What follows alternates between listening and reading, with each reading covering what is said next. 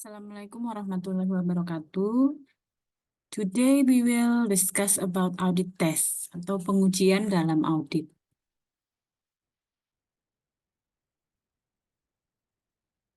Okay, so there are several types of tests. First, risk assessment procedures, and others are further audit procedures. So the risk assessment procedures are performed to assess the risk of material misstatement in the financial statements.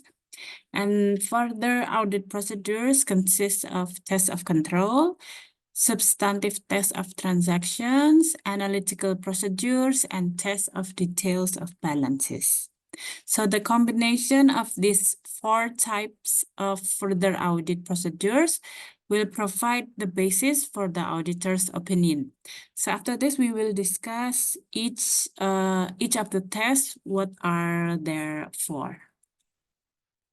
Okay, so this is the explanation in Indonesia. So after the explanation in English, there will be each explanation in Indonesia. Oke, jadi pengujian yang dapat dilakukan oleh auditor terdiri dari uji pengendalian dan uji substantif ya. Ini menjelaskan yang further audit procedure ini. Jadi ada uji pengendalian, ada ini ya yang uji pengendalian, kemudian yang tiga ini adalah uji substantif yang nanti akan dijelaskan lebih rinci di slide selanjutnya. Okay, so the first one is test of controls. So a test of control is an audit procedure to test the effectiveness of a control used by a client entity to prevent or detect material misstatement. So the result of this test may affect the auditor's reliance on the client system of control. Okay, so these are several things that the auditor need to do in test of control. So basically, test of controls is a test that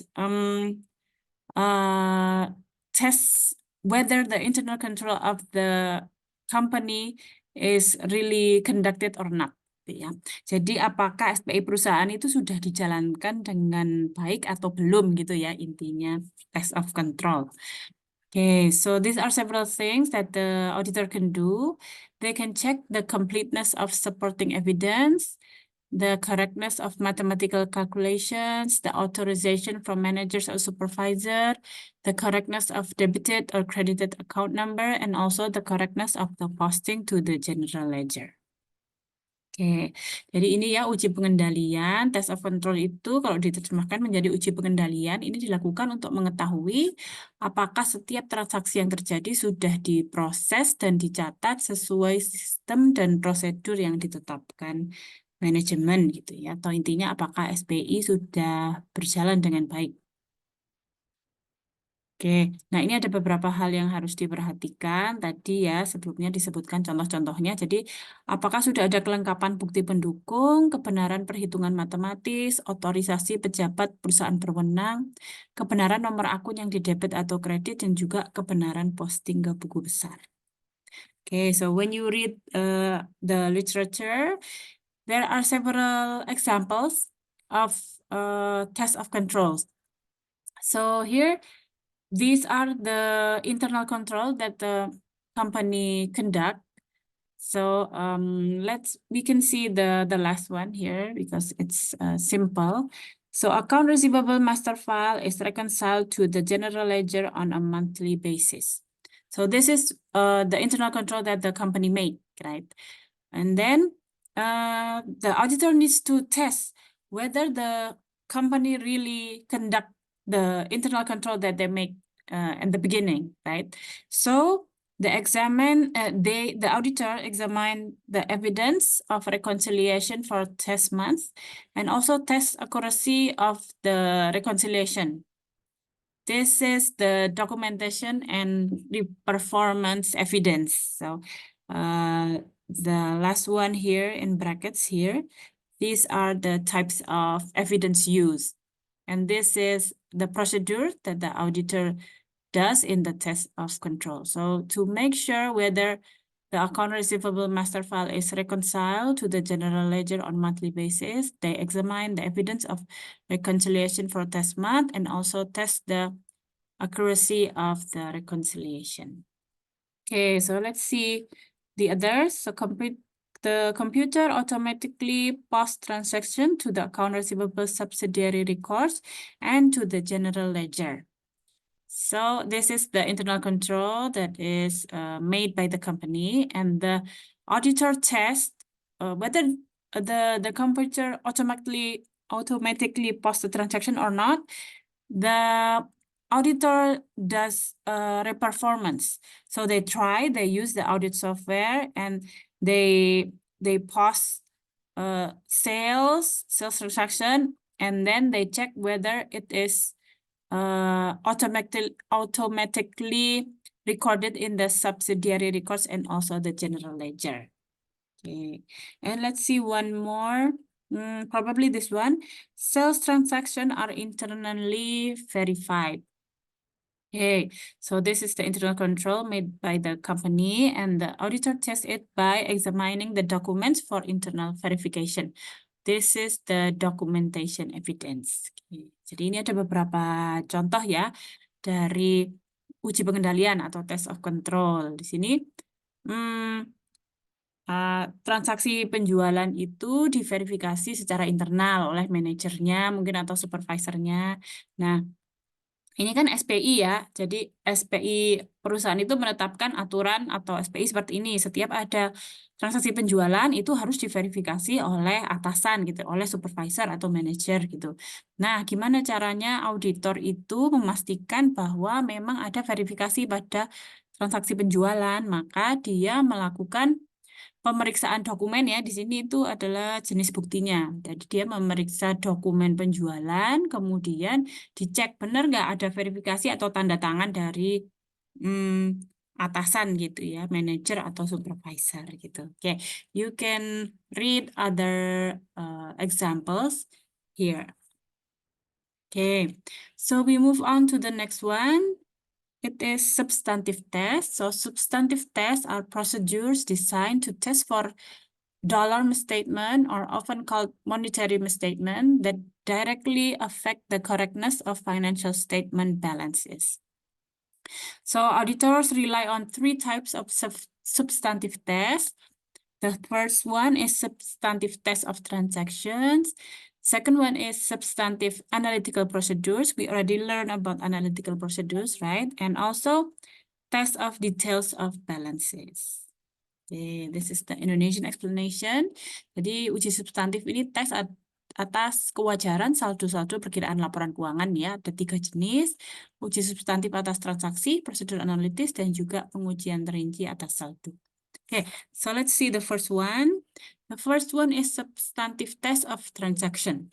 So substantive test of transactions are used to determine whether all 6 transaction-related audit objectives have been satisfied for each class of transaction. So after this slide, we will see what are 6 transaction-related audit objectives. Okay, so this is the example first.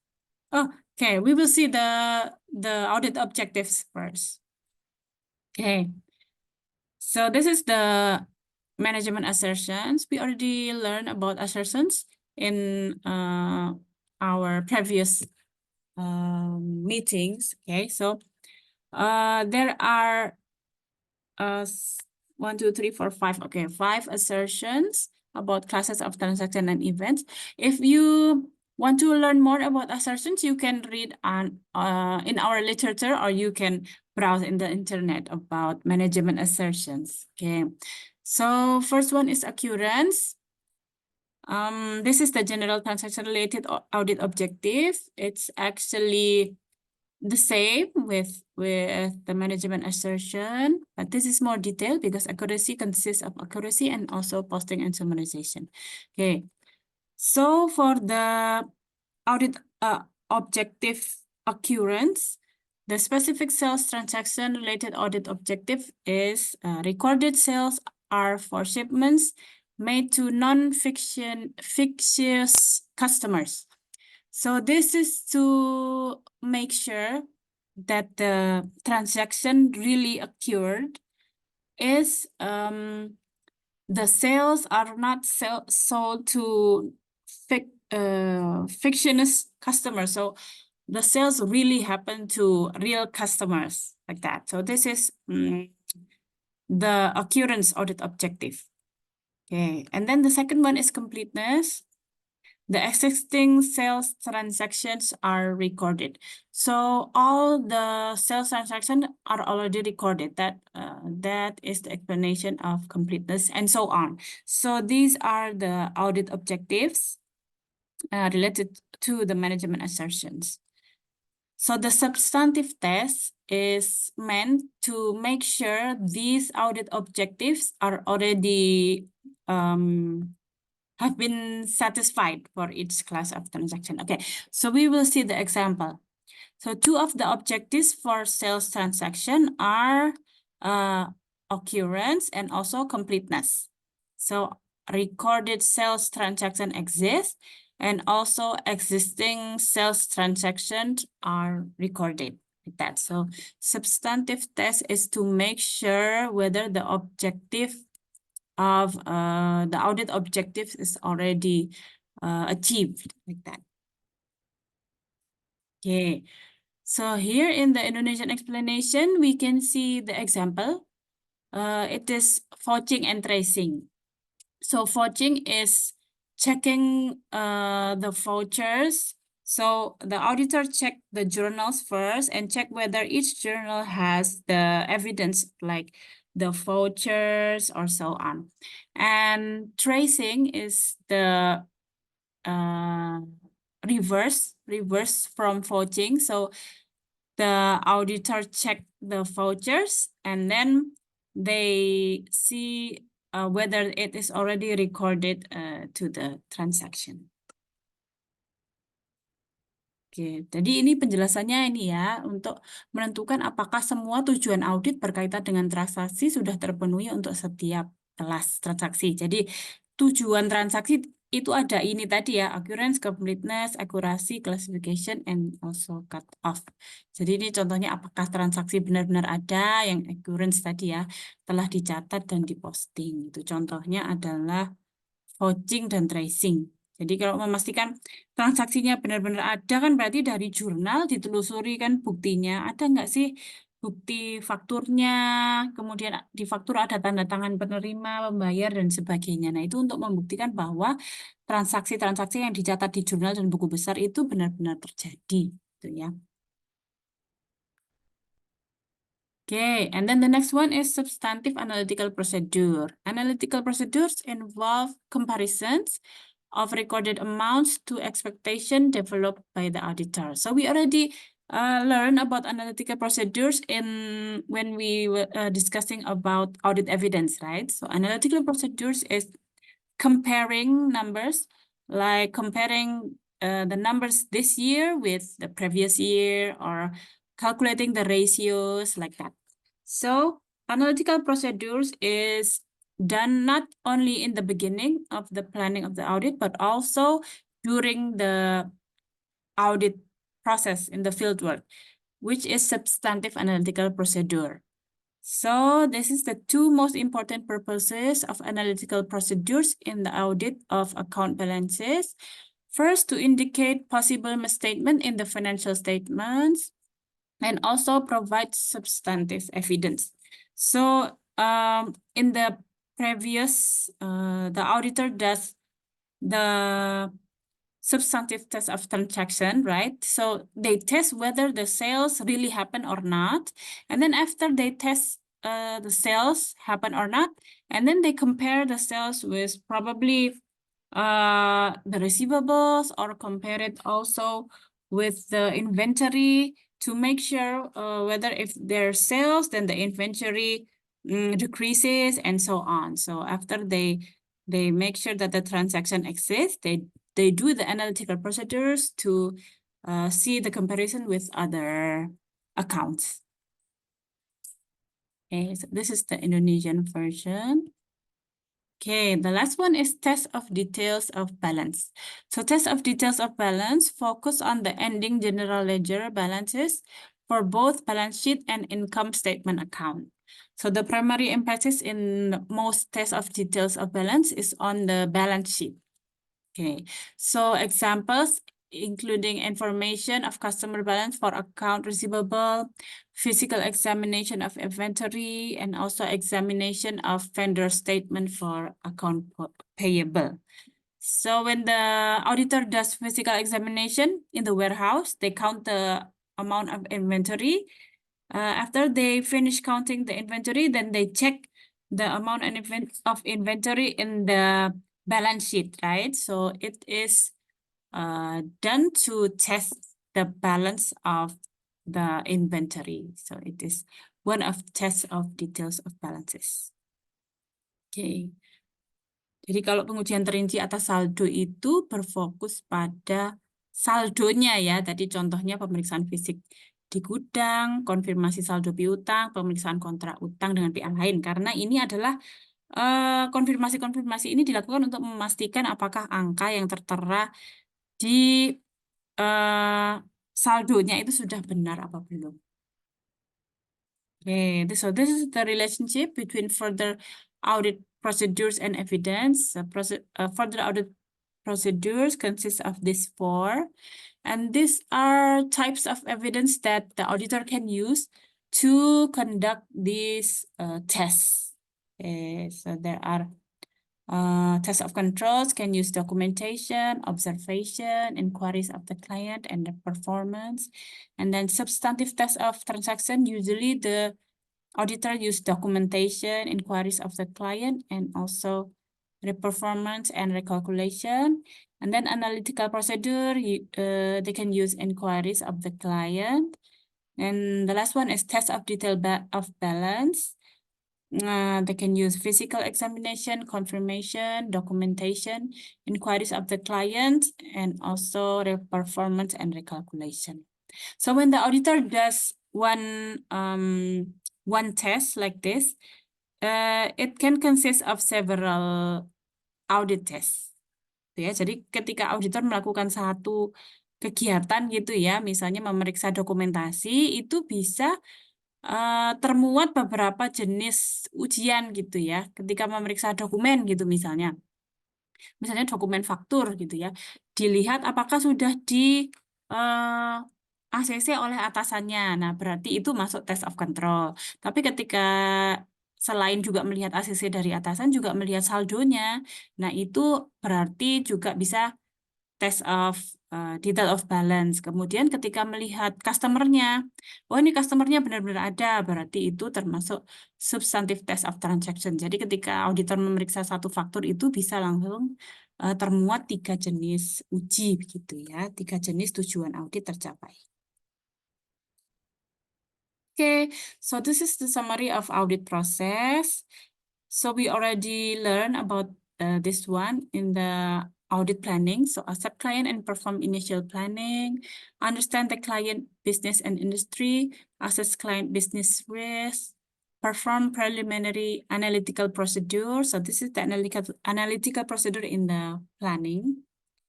And then set materiality and assess acceptable audit risk and inherent risk. Also understand internal control and assess control risk. And then develop audit plan and audit program. So we already discussed about this. This is only the conclusion. So audit program is the steps that the auditor needs to do during the audit process. So this is what the auditor does in the planning process. Okay, after that, they move to the field work. Field work itu pekerjaan lapangan ya kalau diterjemahkan. Okay, so from phase 1 or planning, when the auditor plan to reduce assess level of control risk, then they perform test of controls and also substantive tests. But if the auditor is already sure about the company's internal control, then they don't perform test of control, but they go straight here to substantive test of transaction. But usually the auditor always does test of controls. Okay, and then the last one, the auditor assess the likelihood of misstatement in the financial statement. So after the auditor does all the tests that we already discussed, then they make conclusion, the likelihood of misstatement in the financial statement. Okay, so after they make conclusion about the likelihood of misstatement, they would categorize it to low, medium, high, or unknown. After that, they make sure of their conclusion by performing analytical procedures, whether their conclusion are correct or not. They make sure by doing analytical procedure, also tests of key items, and additional tests of details of balance. Okay. After that, the auditor also does a review for contingent liabilities.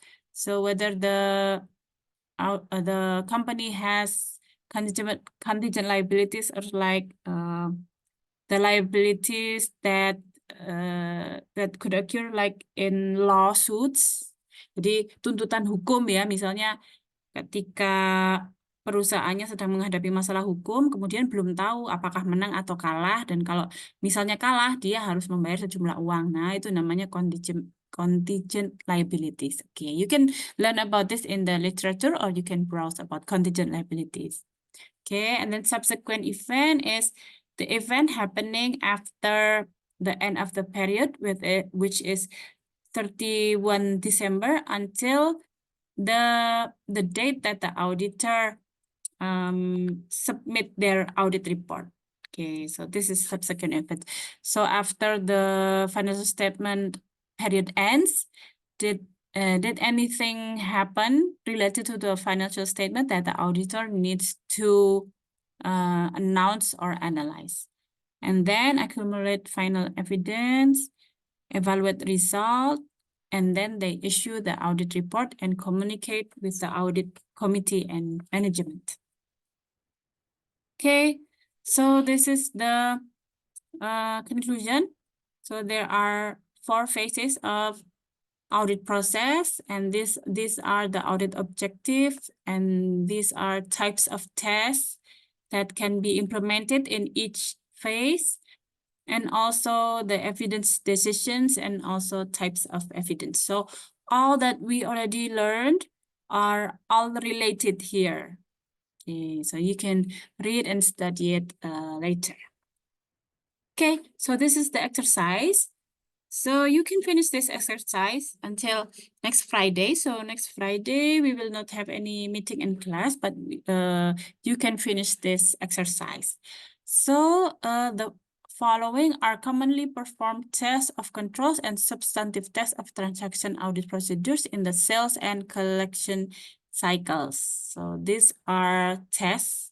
It can be test of control or substantive test. Later, you are asked to identify whether each audit procedure here is test of control or substantive test. It can be one of this, or it can also be both, but you need to explain why did you choose this as test of control, or why did you choose this as substantive test. Okay, and then we can see the first example. Account for sequence shipping documents and examine each one to make sure that a duplicate sales invoice is attached. Okay, so you can identify, is this a test of control or is this substantive test, and why? Okay, and then the next question is state which of the 6 transaction related audit objective each of the audit procedure fulfills. So for this one, this is to make sure that a duplicate sales invoice is attached. So you need to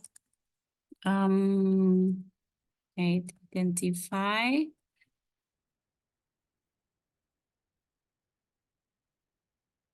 Okay, so is it to fulfill the occurrence, completeness, accuracy, posting and summarization, classification, or timing? You can choose one which suits the transaction. Okay. Okay, let's move on.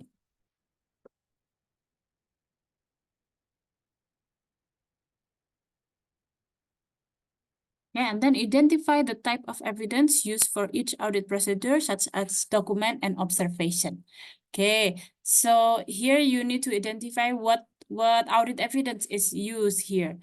But you can see here, this is shipping documents, right? So this is the documentation is used for number 1. Okay, so this is the assignment that you need to finish for Friday. And you don't need to do the second one, only 1425, this one, with 7 audit procedure, and for each there are 3 questions. Okay, if you have something to ask about the material or probably the assignment, you can ask through WhatsApp. Okay, thank you. Assalamualaikum warahmatullahi wabarakatuh.